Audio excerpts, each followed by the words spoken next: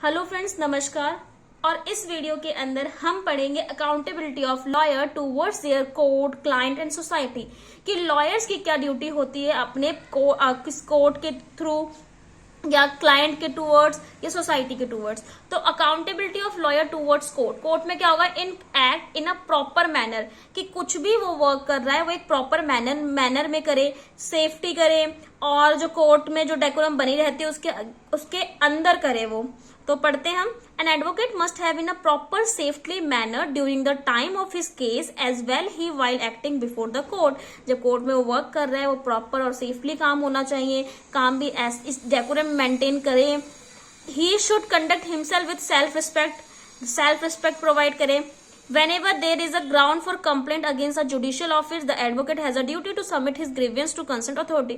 अगर उसे against judicial officer के अगेंस्ट में कंप्लेन करनी है तो भी उसको बहुत एक प्रोसीजर से करे, गाली गलौज या कुछ और वहां पर उससे लड़ाई करे या कुछ और भी करे, वो वैसे नहीं होना चाहिए। अब हमारा ये है रिस्पेक्ट द कोर्ट, कोर्ट की वो हमेशा रिस्पेक्ट करे। कोर्ट में जो जुडिशियल ऑफिस ने जो बोला है उसकी डिग्निटी को मेंटेन करके रखे, बनाए, उसको रिस्पेक्ट करे, उसके जजमेंट्स और ऑर्डर को। अगर उनके जजमेंट्स और ऑर्डर उनको सही नहीं लग रहे किसी भी एडवोकेट को तो वो रिवीजन या जो अपील का प्रोसीजर है वो कर सकते हैं। नो कम्युनिकेशन इन प्राइवेट में जो एडवोकेट होते हैं वो जुडिशियल ऑफिसर से प्राइवेट में कोई भी कंसेंट नहीं करेंगे। और The advocate should not communicate with the judicial officer in private regarding any matter pending before the court. कोई भी केस जो पेंडिंग है कोर्ट के अंदर तो उसके रिगार्डिंग आप प्राइवेटली टॉक नहीं कर सकते हैं। The advocate should not influence the decision of a court in any matter through illegal act as a coercion, bribe, etc. और जो एडवोकेट है वो नॉट इन्फ्लुएंस, किसी को इन्फ्लुएंस नहीं करेंगे पैसे वैसे दे के कि आप लीगल एक्ट करें।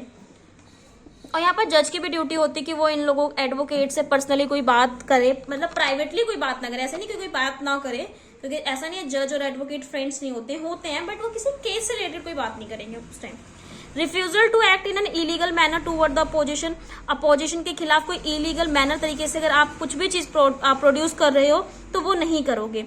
An advocate should not act in illegal manner toward the opposing counsel. He should use his best effort to restrain his client from acting in an illegal manner for performing any unfair practice toward the judiciary or opposing counsel.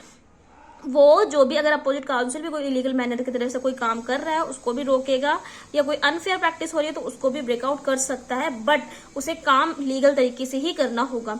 Refusal to respect client who insist in any unfair manner of practice, अगर client आपको बोल रहा है कि आप illegal तरीके से भी काम करवा दीजिए, पैसे लो और आप जज से मिल के आप करवा दो, तो आपकी एडवोकेट की ड्यूटी बनती है कि वो उसको रिफ्यूज कर दे। Appear in proper dress code, proper dress code के अंदर होगा ये ऑब्वियसली जो हमारा इसमें बोल रखा है प्रॉपर ड्रेस कोड, आपके पास black white shirt pant, black coat होता है, टाई होती है आपके, और गाउन होता है if you have in high court और सुप्रीम कोर्ट। डिस्ट्रिक्ट कोर्ट के अंदर मैंडेटरी नहीं है, but high court and supreme court के अंदर मैंडेटरी है।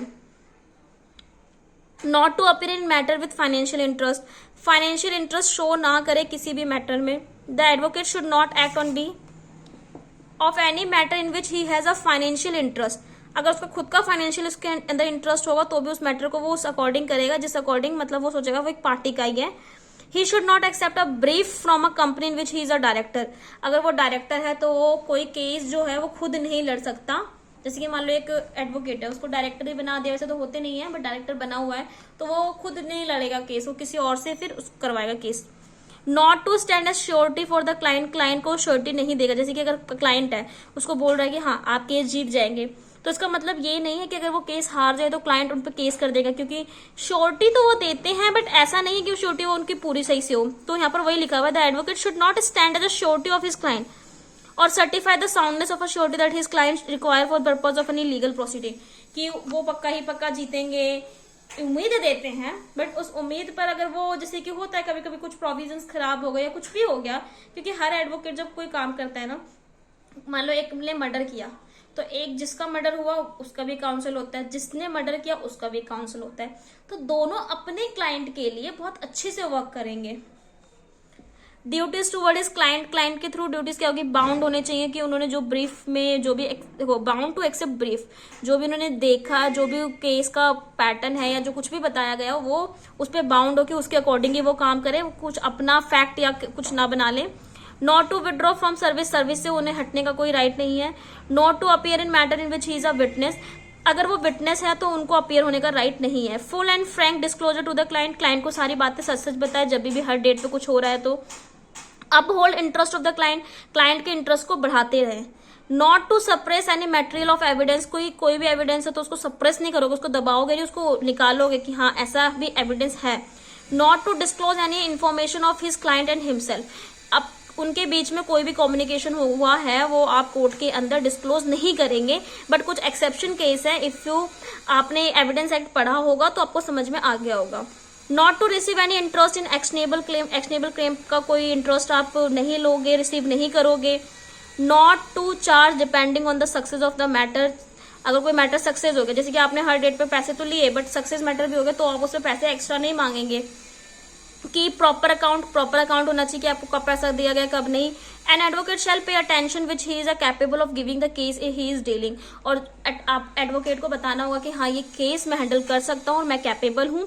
N advocate shall not act on in the instruction of any person other than his client और his authorise agent, कोई client हो और क्लाइंट ने किसी को ऑथोराइज किया तो आप उसके ही इंस्ट्रक्शन, एडवोकेट को उसी के इंस्ट्रक्शन फॉलो करने होंगे, ना कि किसी अदर पर्सन के। An advocate shall fairly and reasonably submit the case on behalf of his client, client के बिहाफ पे सही तरीके से वो एडवोकेट है सबमिट करेगा केस को। An advocate shall not lend money to his client for the purpose of any action और legal proceeding in which he is engage by his client, client से अगर पैसे आ गए हैं तो वो और पैसे जो भी मांगते हैं वो नहीं मांगेंगे। अब ड्यूटीज टूवर्ड सोसाइटी भी होती है, तो ऑब्वियसली सोसाइटी में क्या है वो वेल विंग तरीके से रहे। And advocate shall guard the liberty and freedom of people of society, advocate जो है वो बताए लोगों को कि कैसे आपका मतलब कुछ राइट्स उनको बताना भी चाहिए एडवोकेट को कि हाँ आपके पास ये राइट्स हैं, वो उनको गाइड करे तो अच्छे तरीके से करे, ऐसा ना करे कि हाँ पैसे लूटने के लिए कर रहे हैं। An advocate shall educate the people to respect the law and respect of the court and the judges.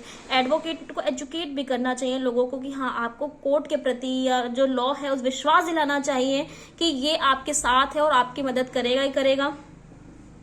An advocate shall establish law aid society for the purpose of rendering legal assistance to really poor and deserving person free of any charge. अगर कोई poor person तो उनको बताया कि legal aid का भी provision है जो आर्टिकल 39A देता है और आप इसके अंदर कोई भी एडवोकेट ले सकते हैं, हायर कर सकते हैं और अपने केसेस को सॉल्व करवा सकते हैं। तो ये सब एडवोकेट की ड्यूटी होती है, बट मोस्ट ऑफ एडवोकेट ऐसे होते हैं जो नहीं बताते इन सब के बारे में। An advocate should provide legal education to illiterate and working people by of informing of their rights and legal provision of simple language, कि simple language में जो ऐसे illiterate जो पढ़े लिखे लोग नहीं हैं उनको उनकी राइट्स, उनकी पावर्स, उनकी ड्यूटीज को बताए कि आप इस तरीके से कोर्ट में जा सकते हैं। बिकॉज कोर्ट का जो प्रोसीजर होता है ना, लोग पुलिस और कोर्ट से काफी डरते हैं, इनसे बहुत दूर रहना चाहते हैं और इनसे दूर रहने चक्कर में वो ना जहाँ पर 5,000 लगना चाहिए था वो वहां पर 10-10 लाख रुपए भी देके अपने वो केस को पुलिस स्टेशन में ही सॉल्व करवा देते हैं। तो ये चीज ठीक रही, उनको विश्वास दिलाना पड़ेगा कि हाँ जो जुडिशरी है, जो कोर्ट है वो आपके साथ है। An advocate shall educate the masses on the right lines to come out of many social ill from the people are suffering, जो people suffering कर रहे हैं बहुत सारे प्रॉब्लम्स को, उसको सॉल्व करे। An advocate shall help the local bodies such as in panchayat in village to function to sound line. An advocate ऐसा भी है, कभी कभी एडवोकेट विलेज में जो पंचायत होते हैं तो उनके पास जाए, उनको उनकी भी हेल्प करे कि आपको इस तरीके से काम करना चाहिए। ऑब्वियसली जो विलेज के पंचायत है वो लॉ की डिग्री उनके पास नहीं होती है, बट उनके पास एक तजुर्बा होता है। तो आप एडवोकेट की ड्यूटी ये भी होती है कि आप उनको थोड़ा थोड़ा बताओ भी कि उनको भी पता चले, सो दैट द पीपल में डिस्चार्ज देयर फंक्शन अलाइनमेंट और रिस्पॉन्सिबल मैनर, जिससे जो वो रिस्पॉन्सिबल मैनर से अपने केसेस को सॉल्व कर सके। आई होप आपको छोटी सी वीडियो के अंदर ये एडवोकेट वो अकाउंटेबिलिटी ऑफ एडवोकेट समझ में आ गया होगा। रियली ये 10 मार्क्स में और 4 मार्क्स में क्वेश्चन पूछा जाता है CCSE यूनिवर्सिटी के अंदर। Thank you.